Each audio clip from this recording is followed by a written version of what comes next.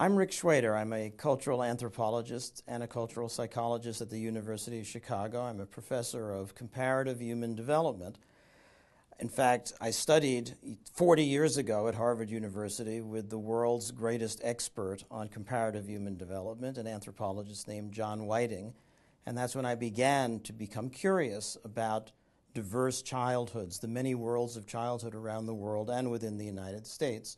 And I've recently been the editor-in-chief of a massive reference work project at the University of Chicago Press, which has just been published, called The Child, an Encyclopedic Companion. 10 years in the making, many years of planning, an international advisory board, over 600 world experts writing on 570 entries, everything you ever wanted to know about childhood and probably never thought to ask. There are a range of topics, all the way from practical issues in development to topics that will be there for those who are curious about variations across social classes, variations across ethnicities of religious traditions, different regions of the world, in ideals for childhood, in people's conceptions of what a normal childhood's like, and the consequences of growing up in diverse social groups. One of the things you discover is that there are many worlds of childhood, that growing up in different parts of the social order, poor or rich, makes a huge difference. You discover that there are big differences across ethnic groups, across religions, across regions of the world. So variety is definitely there.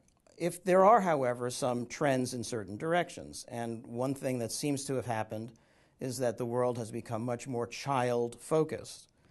The Ring-Lardner line, "Shut up, my father explained," that attitude in which children are to be seen and not heard has waned to some degree on a global scale, and there's an enormous amount of attention to the best interests of the child, and a tendency to hand over things to the state and to public regulation that were formerly in the domain of the family and were quite private.